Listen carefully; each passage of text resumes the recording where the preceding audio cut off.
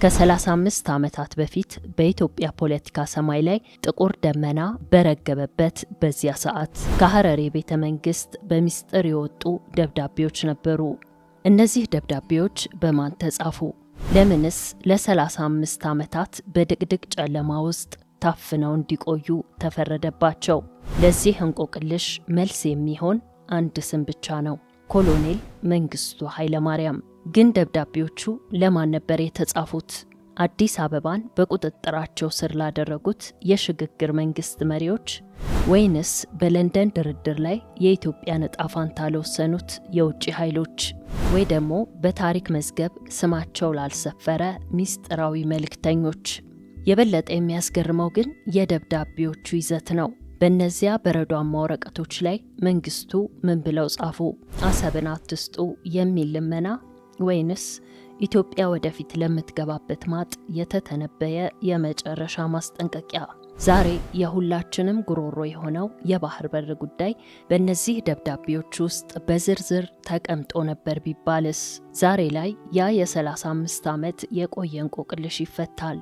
እነዚያ የታሸጉ ደብዳቤዎች ይነበባሉ። ማን ጻፋቸው? ለማን ተጻፉ? ምንስ ሲሉ ነበር? የአሰብ ወደብ ለኢትዮጵያ የታሪክ የኢኮኖሚና የሉዓላዊነት ህመም ነው። ለኮሎኔል መንግስቱ ኃይለማርያም ደግሞ ይህ ወደብ የስልጣን ዘመናቸው ያላለቀ የቤት ስራ፣ የስደት ዘመናቸው ደግሞ መራር ቁጭት ነው።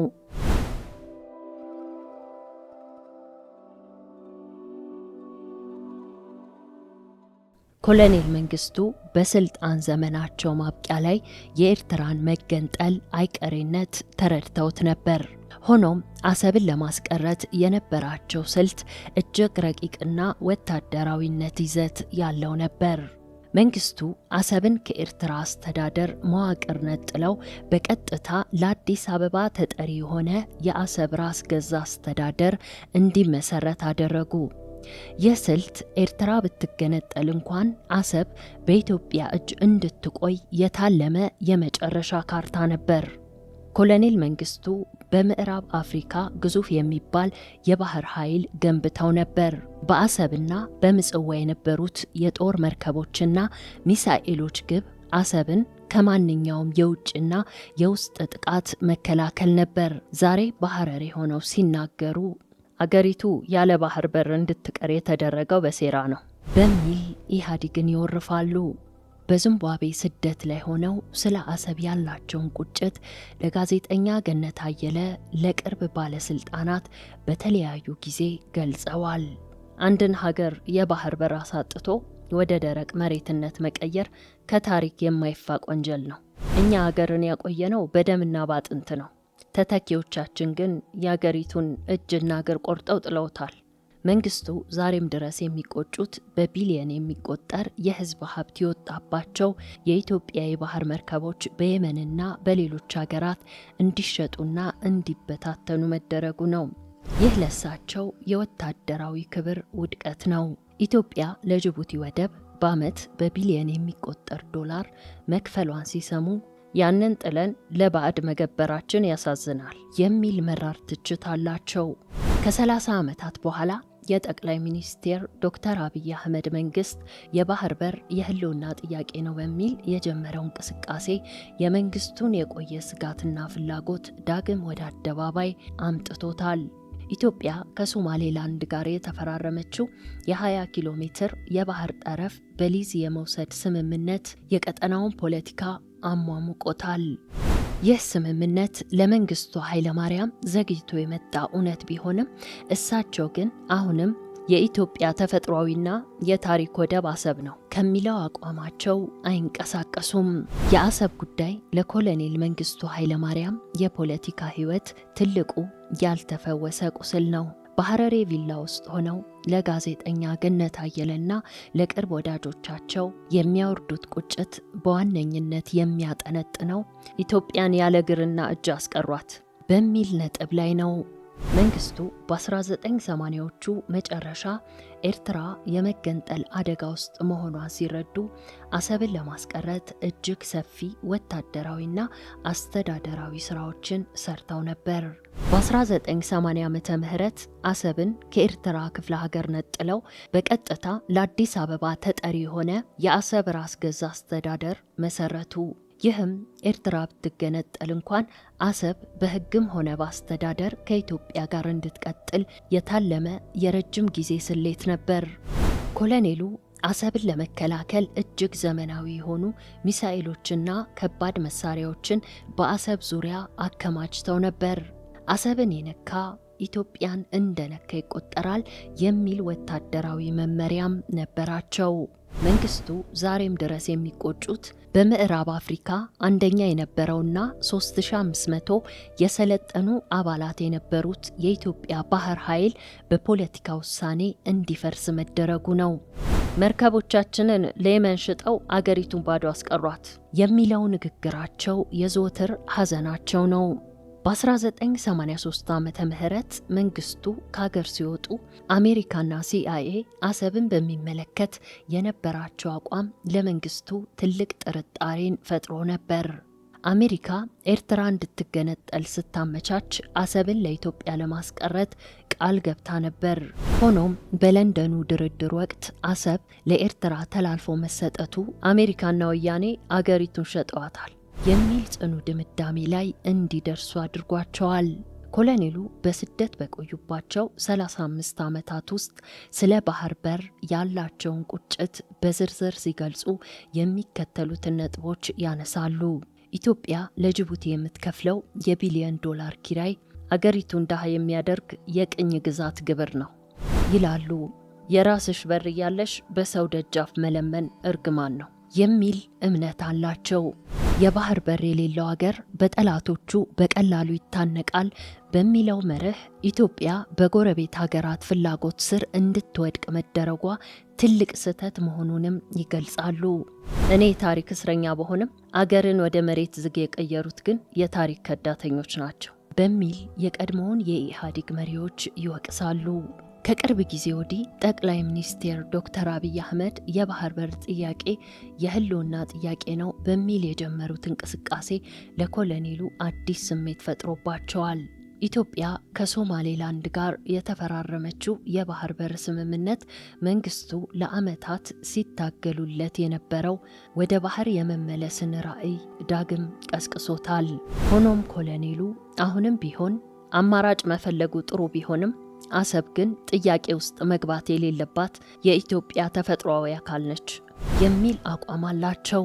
የግብፅና የሶማሌ ተቃውሞ ሲበረታ መንግስቱ በሐረር ሆነው የሚሰጡት ምክር ለባህር በር ጥንካሬና ወታደራዊ ጡንቻ ያስፈልጋል፣ በባዶ ዲፕሎማሲ ባህር በር አይገኝም የሚል ጥርጣሬ አላቸው። ኮሎኔል መንግስቱ በስደት ዘመናቸው ደጋግመው የሚያነሱት ትልቁ ሚስጥር ኤርትራ ብትገነጠል እንኳን አሰብን ለኢትዮጵያ ለማስቀረት የነበራቸውን ወታደራዊ ኦፕሬሽን ነው። መንግስቱ አሰብን ከኤርትራ አስተዳደር ነጥለው በቀጥታ ከአዲስ አበባ ጋር የሚያገናኝ የአሰብ ራስ ገዝ አስተዳደር ሲመሰርቱ በወቅቱ የነበሩ የኤርትራ ታጋዮችን ሳይቀር በሚስጥር ደሞዝ ይከፍሉ እንደነበር ይነገራል።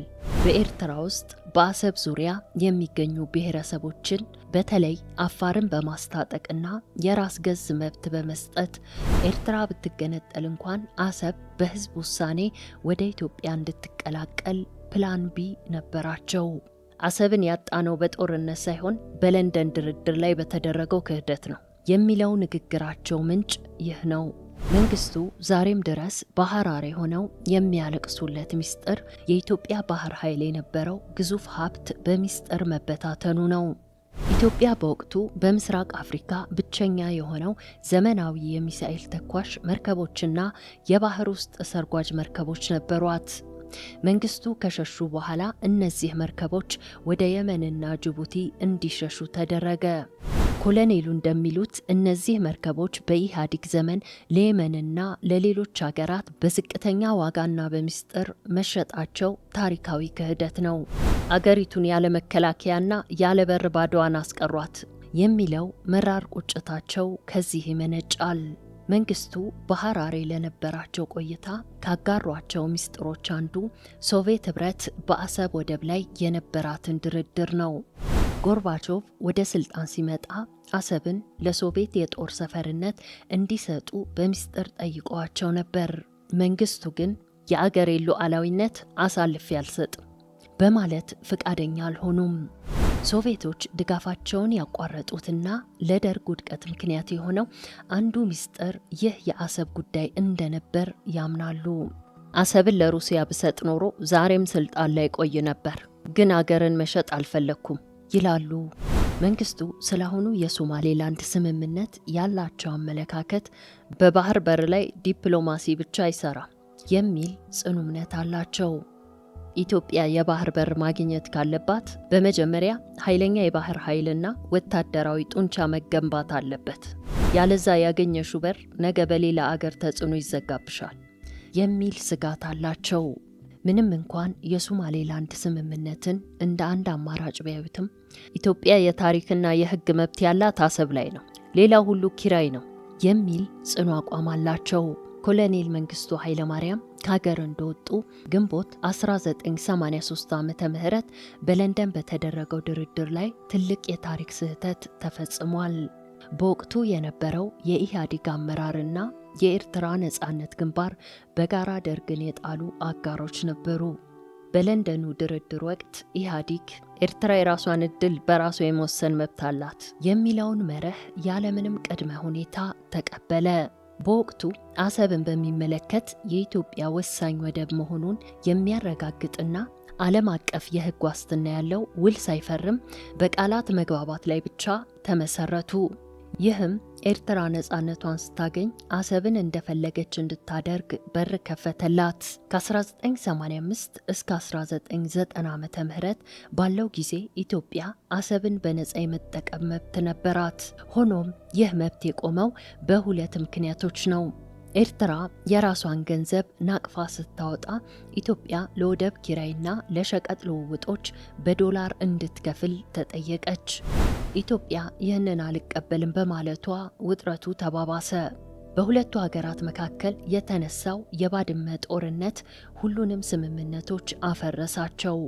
ኤርትራ አሰብን ወታደራዊ ቀጠና በማድረግ ኢትዮጵያ እንዳትጠቀምበት ዘጋችው። መንግስቱ ኃይለማርያም አሰብን ለማስቀረት የነበራቸው ፕላን ቢ በኢህአዴግ ዘመን ሙሉ በሙሉ ውድቅ ተደርጓል። መንግስቱ አሰብን ከአፋር ህዝብ ጋር በማገናኘት የአፋር ራስ ገዝ አድርገው ነበር። ዓላማቸው ኤርትራ ብትገነጠል እንኳን የአፋር ህዝብ ከኢትዮጵያ ጋር መቆየት ፈልጋለሁ እንዲልና አሰብን ይዞ እንዲቀር ነበር። ኢህአዴግ ወደ ስልጣን ሲመጣ ግን ይህንን የደርግ መዋቅር በማለት አፈረሰው።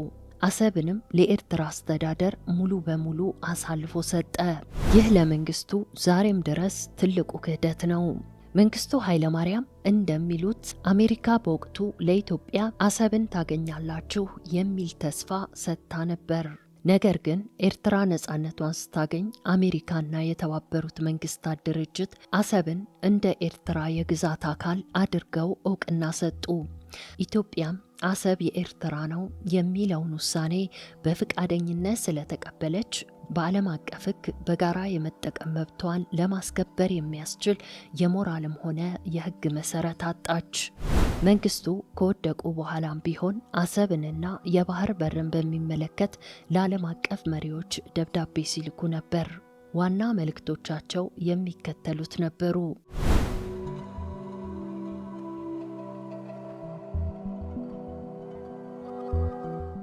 ኢትዮጵያ በታሪኳም ይሁን በዓለም አቀፍ ሕግ የባህር በር ባለቤት እንጂ ደረቅ መሬት ሀገር ሆና አታውቅም የሚል መከራከሪያ ያቀርባሉ። በተለይ ለተባበሩት መንግስታት በጻፉት ደብዳቤ አንድን ሀገር ያለ ባህር በር ማስቀረት የቀጠናውን ሰላም ማናጋትና የታሪክ ወንጀል መፈጸም ነው በማለት ተቃውሟቸውን አሰምተዋል።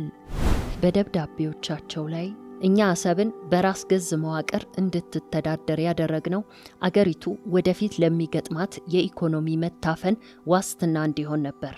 ይህንንም ዓለም አቀፉ ማህበረሰብ ሊያውቀው ይገባል የሚል ይዘት ያላቸውን ነጥቦች አስፍረዋል። መንግስቱ ስለ አሰብ ሲናገሩ ሁልጊዜም የሚጠቅሷቸው 3 የሚስጥር ሰነዶች አሏቸው። አሰብ የኤርትራ አካል አይደለችም የሚለው የታሪክ ድርሳን መንግስቱ እንደሚሉት አሰብ በታሪክም ቢሆን ከኤርትራ ይልቅ ከአፋርና ከወሎ ጋር የጠበቀ ትስስር ነበራት። በመጽሐፋቸው ላይ እንዲህ ይላሉ። አሰብን ከኤርትራ ጋር አብሮ እንዲገነጠል መፍቀድ የኢትዮጵያን አካል ቆርጦ እንደ መስጠት ነው። እኛ አሰብን የራስ ገዝ አስተዳደር ስናደርግ የታሪክ ምሁራንንና የሕግ ባለሙያዎችን አማክረን እንጂ በስሜት አልነበረም። ኮሎኔሉ በሐራሬ ለነበራቸው ቃለ መጠይቅ ሲናገሩ በ1983 ዓ.ም በለንደን የተደረገው ድርድር አገር የመሸጥ ድርድር ነበር ይላሉ። የለንደኑ ድርድር ላይ የተሳተፉት አካላት አሰብን ለኢሳያስ አፈወርቄ በስጦታ መልክ ነው ያበረከቱት። ኢትዮጵያ በገዛ ደጃፏ ቆማ የሰው በር የምታንኳኳ ሀገር እንድትሆን ተፈርዶባታል። መንግስቱ በዝርዝር ከጠቀሷቸው ጉዳዮች አንዱ የኢትዮጵያ ባህር ኃይል ንብረት ነው። መርከቦቻችን፣ ሄሊኮፕተሮቻችን፣ ዘመናዊ የባህር ላይ መሳሪያዎቻችን በአሰብና በምጽዋ ወደብ ላይ እንደ አገር ኩራት ይቆሙ ነበር። ጥያቄያቸውም እነዚህን ንብረቶች የት አደረሷቸው? ለምንስ ለየመንና ለሌሎች ሀገራት በዝምታ አሳልፋችሁ ሰጣችሁ? የሚል ጠንካራ ወቀሳ ለቀድሞ የኢህአዴግ ባለስልጣናት በደብዳቤዎቻቸው ሳይቀር ልከዋል። ለጋዜጠኛ ገነት አየለ በሰጡት ቃለ መጠይቅ ላይ እኔ በስደት ብሞትም አገሬ ግን ሳትሞት እንድትኖር እፈልጋለሁ። አገር የምትኖረው ግን እንደ ሰው ስትተነፍስ ነው። የኢትዮጵያ ሳምባ ደግሞ አሰብ ናት። ሳምባዋ የተዘጋ አገር ደግሞ መሞቷ አይቀሬ ነው። ዛሬ የምታዩት የኢኮኖሚ ችግርና የጎረቤት ሀገራት ንቀት ሁሉ ምንጩ አሰብን ማጣታችን ነው። መንግስቱ በዝርዝር ከጠቀሷቸው ጉዳዮች አንዱ የኢትዮጵያ ባህር ኃይል ንብረት ነው። መንግስቱ በቅርብ ጊዜ በድምጽ ባስተላለፉት መልእክት የባህር በር ጥያቄ ማንሳቱ መልካም ጅምር ቢሆንም የሚከተሉትን ማስጠንቀቂያዎች ሰጥተዋል። ባህር በር በውልና በፊርማ ብቻ አይገኝም። በወታደራዊ ጡንቻ ካልታጀበ ነገ ይበላሻል። ሌሎች በሮችን መፈለግ እንደ አማራጭ ጥሩ ቢሆንም የኢትዮጵያ ቋሚና አስተማማኝ በር ግን አሰብ መሆኑን በፍጹም አትርሱ። ኮሎኔል መንግስቱ ኃይለማርያም የጻፏቸው ደብዳቤዎችና የተናገሯቸው ንግግሮች ሁሉ አንድ ማዕከል አላቸው። አገር ያለ ባህር በር አትኖርም የሚል ነው። እሳቸው እንደሚሉት አሰብን ማጣት የታሪክ ክህደት ብቻ ሳይሆን የትውልድ ዕዳ ነው። ዛሬ በሐራሬ ምሽጋቸው ውስጥ ሆነው የሚቆጩት እሳቸው የገነቡት ባህር ኃይልና የጠበቁት አሰብ በፖለቲካ ቁማር መፍረሱ ነው። ኢትዮጵያ በ1985 የኤርትራ መገንጠል በይፋ አምና ተቀብላለች። የተባበሩት መንግስታትም አሰብን የኤርትራ የግዛት አካል አድርጎ ነው የሚያውቀው። ከባድመ ጦርነት በኋላ የተፈረመው የአልጀርስ ስምምነትና የድንበር ኮሚሽኑ ውሳኔ አሰብን ለኤርትራ ሰጥቷል። ኢትዮጵያ በጊዜው ይህንን ውሳኔ በመሰረታዊነት መቀበሏ በሕግ በኩል የምታቀርበውን ጥያቄ ያዳክመዋል። በሕግ በኩል ወደ አሰብ ለመመለስ የሚቻለው በሁለቱ ሀገራት መካከል አዲስ የፖለቲካ ድርድር ተደርጎ ኤርትራ በፍቃደኝነት ወደቡን ለኢትዮጵያ በሊዝ ወይም ደግሞ በጋራ አስተዳደር እንድትሰጥ ሲስማሙ ነው። ኮሎኔል መንግስቱ ወደ አሰብ መመለስ ይቻላል ብለው የሚያምኑት በሚከተሉት ነጥቦች ነው። አሰብ የኤርትራ አካል ሆና አታውቅም። በጣሊያን ወረራ ጊዜ ነው በካርታ የተቀላቀለችው የሚል መከራከሪያ ያላቸው። መንግስቱ ያቋቋሙት የአሰብ ራስ ገዝ ሰነድ ኢትዮጵያ አሁንም አሰብ ላይ የባለቤትነት ጥያቄ እንድታነሳ እንደ ህጋዊ መነሻ ሊያገለግል እንደሚችል ያምናሉ። ኮሎኔሉ ሁልጊዜም እንደሚሉት አገር በዲፕሎማሲያዊ ብቻ ሳይሆን በኃይል መብቷን ማስከበር አለባት። ኮሎኔል መንግስቱ በሐራሬ ምሽጋቸው ውስጥ ሆነው ሁለት ነገሮች አይረሱም፣ አሰብንና ባህር በርን። ትውልድ ይለወጣል፣ መሪዎች ያልፋሉ። አሰብ ግን የኢትዮጵያ የዘላለም ቁስልና የነገ ተስፋ ሆና ትቀጥላለች። ወደ ባህር በር የመመለስ ጥያቄ የዛሬውም ሆነ የትናንቱ መሪዎች የጋራ ዕዳ ሆኖ ዛሬም በሐረሬና በአዲስ አበባ መካከል ያንዣብባል። እኛ አሰብን ከኤርትራ አስተዳደር ነጥለን ራሷን ችላ እንድትተዳደር ያደረግነው ለስሜት ሳይሆን ነገ ኤርትራ ብትገነጠል እንኳን አሰብን በሕግና በታሪክ ሰነድ ለመከላከል እንዲቻል ነበር። ይህንን ሰነድ የወረሱት መሪዎች ግን ጥለውታል። ለዓለም አቀፍ ተቋማት የጻፍኩት ደብዳቤ ዛሬም በፋይሎች ውስጥ ተቀምጧል። ሳምባዋ የተዘጋ ሀገር ደግሞ መሞቷ አይቀሬ ነው ብዬ ነበር። ዛሬ አገሪቱ ለወደብ ኪራይ የምትከፍለው ቢሊዮን ዶላርና የጎረቤት ጫና የኔን ደብዳቤዎች እውነተኝነት ያረጋግጣሉ። የታሪክ ዕዳው የኔ ሳይሆን ደብዳቤዎቼና ሰነዶቼን ቀደው የጣሉት ሰዎች ነው።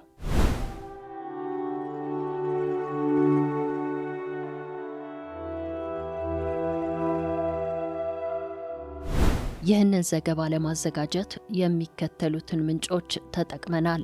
ትዝታዬ ቅጽ 1 እና 2 በመንግስቱ ኃይለማርያም፣ የመንግስቱ ኃይለማርያም ትዝታዎች በገነት አየለ፣ የቢቢሲና የዚምባብዌ ዜና አገልግሎት ቃለ መጠይቆች፣ ዘኢንተርቬኖርስ በህርማን ኮሄን፣ የቀድሞ የኢትዮጵያ ባህር ኃይል መጽሔቶችን